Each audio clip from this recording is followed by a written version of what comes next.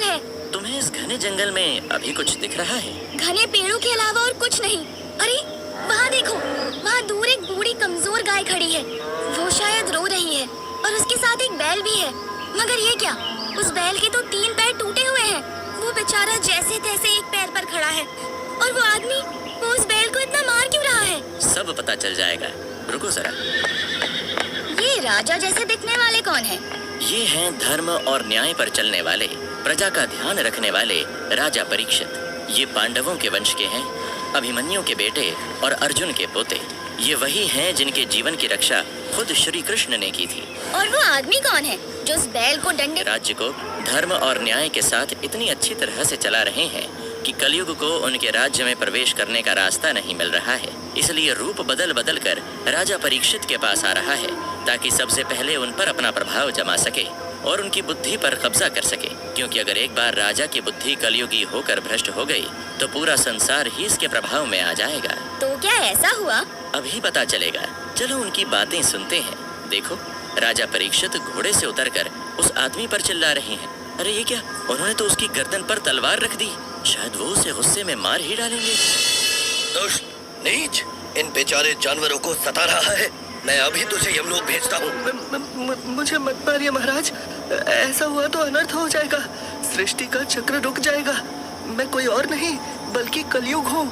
मुझे ऐसा करने के लिए ही बनाया गया है। ये गाय कोई और नहीं, पृथ्वी है। कलयुग के प्रभाव से पृथ्वी दुखी ही रहने वाली है।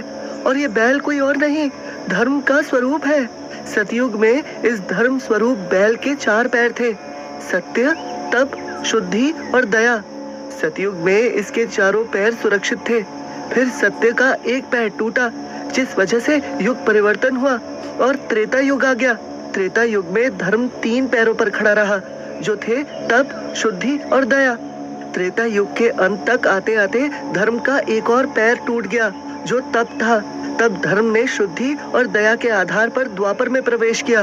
द्वापर खत्म होते होते शुद्धि का आधार भी समाप्त हो गया। कलयुग में अब धर्म सिर्फ दया के एक पैर पर खड़ा है और मुझे इस पैर को भी तोड़ना है, तभी संसार पर मेरा पूरा प्रभाव हो सकेगा। मेरे होते हुए तुम ऐसा नहीं कर सकते कलयुग। चले जाओ यहाँ से। मेरे राज्य पर तुम्हारा कोई प्रभाव ना होगा। इस पृथ्वी पर केवल धर्म और मर्यादा का ही राज होगा। मैं कहाँ जाऊँ महाराज?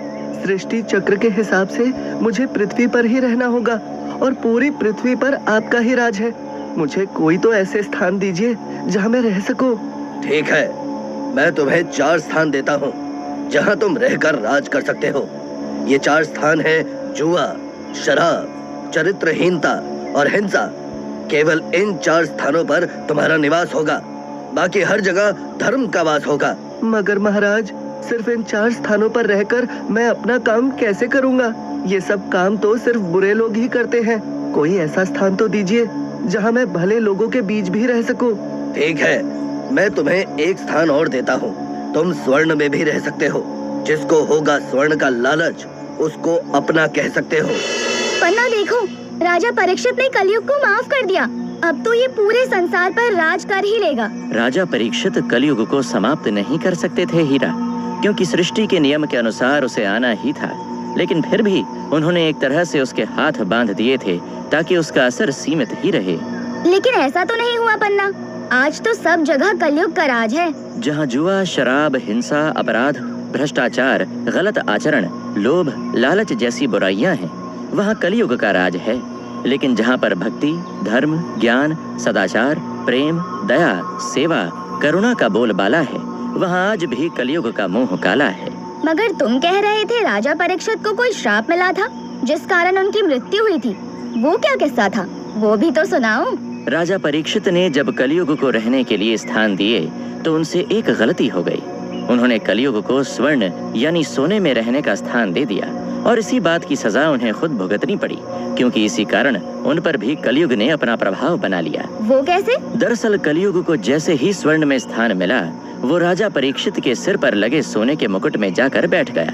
ओह, ये तो बहुत बुरा हुआ। क्या राजा परीक्षित को इस बात का पता भी नहीं चला? नहीं पता चला।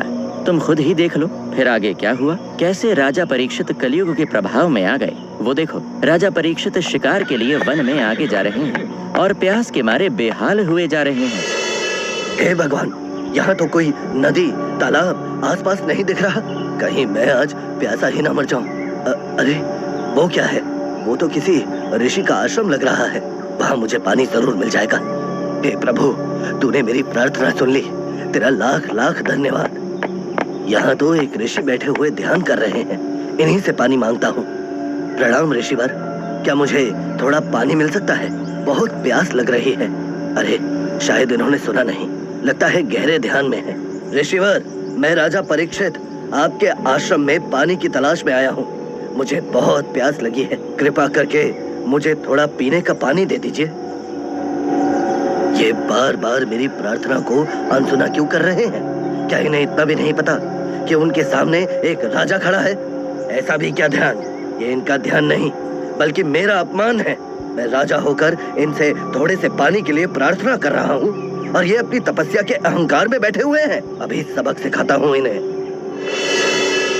हे भगवान, ये राजा परीक्षित को क्या हो गया? इन्होंने तो ध्यान में बैठे ऋषि के गले में मरा हुआ सांप डाल दिया। ऐसे कैसे बुद्धि फिर गई इनकी? ये तो ऋषि मुनियों का बड़ा सम्मान किया करते थे। बुद्धि क्यों नहीं फिरेगी हीरा? भूल गई उनके सिर के मुकुट में कलयुग जो बैठा है? अरे इसका तो काम ही यही है, अच्छे भले लोगों की बुद्धि फेर देना। क्या राजा क्या प्रजा, इसके लिए सब बराबर है। अब क्या होगा पन्ना? मुझे तो राजा परीक्षित की बड़ी चिंता हो रही है। और देखो, उधर से कौन आ रहा है? उसने सब देख लिया पन्ना। वो राजा परीक्षित को बड़े क्रोध से देख रहा है। वो ऋषि शमेक का बेटा श्रृंगी है, जो नदी से स्नान करके लौट रहा है। ये भी बहुत पहुंचा हुआ सिद्ध योगी है। ये गुस्से से राजा को कुछ कह रहा है। ओ दुष्ट राजन, मेरे पिता का ऐसा अपमान करने की तेरी हिम्मत कैसे हुई? तूने मेरे पिता के ऊपर मरा हुआ सांप डाला। मगर मैं तुझे श्राप देता हूँ कि 7 दिनों के भीतर भीतर जिंदा तक्षक नाग तेरे पास आएगा और तुझे डस कर समाप्त कर देगा, और तब तेरे साथ साथ तेरा अहंकार भी समाप्त हो जाएगा। राजन, ये मैंने क्या कर दिया? मुझसे इतना बड़ा पाप कैसे हो गया? एक ऋषि का श्राप कभी खाली नहीं जाता। मेरी मृत्यु अब निश्चित है। कलयुग का समय शुरू हो गया है और मेरे अंत का भी। देखो, राजा परीक्षित कितने टूटे हुए हैं, कितने उदास लौट रहे हैं। कलयुग ने तो उनसे उनका सब कुछ छीन लिया। यही तो कमाल की बात है हीरा। तुम कहती हो राजा परीक्षित का सब कुछ छीन गया, मगर ज्ञान कहता है ना हमारा कुछ होता है और ना ही हमसे कोई कुछ छीन सकता है। ना कोई हमारा अपना है और ना कोई हमारा पराया है, क्योंकि सभी एक ही है। किसी का जन्म होना भी धोखा है और किसी की मृत्यु भी धोखा है, क्योंकि हम सभी अनादि अनंत आत्माएं हैं, जिनका न जन्म होता है और न मृत्यु। ये संसार तो ईश्वर की लीला है और उसी का रचा खेल है, जिसमें हम आते हैं, कर्मों का लेन देन चुकता करते हैं और वापस लौट जाते हैं। शरीर का जन्म जन्म नहीं होता और न ही शरीर की मृत्यु मृत्यु होती है। हम आत्मा जन्म और मृत्यु से परे हैं। अगर यही ज्ञान है और ये सब सच है, तो फिर राजा परीक्षित श्राप मिलने की वजह से इतने दुखी क्यों हो रहे हैं? उन्हें अपनी मृत्यु का डर क्यों सता रहा है? क्योंकि अभी उन्होंने इस ज्ञान को नहीं सुना है। ये ज्ञान वो सुनेंगे मुनि शुकदेव जी महाराज से श्रीमद् भागवत पुराण के रूप में, और उनके साथ साथ हम भी सुनेंगे, क्योंकि ज्ञान और भक्ति की जरूरत तो हम सभी को है।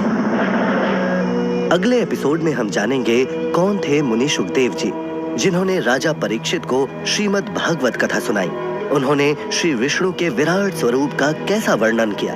साथ ही जानेंगे क्या होती है ध्यान धारणा और कैसे किया जाता है इसे, क्यों जरूरी है ईश्वर के स्वरूप की धारणा करके ध्यान करना, क्या लाभ होते हैं इसके।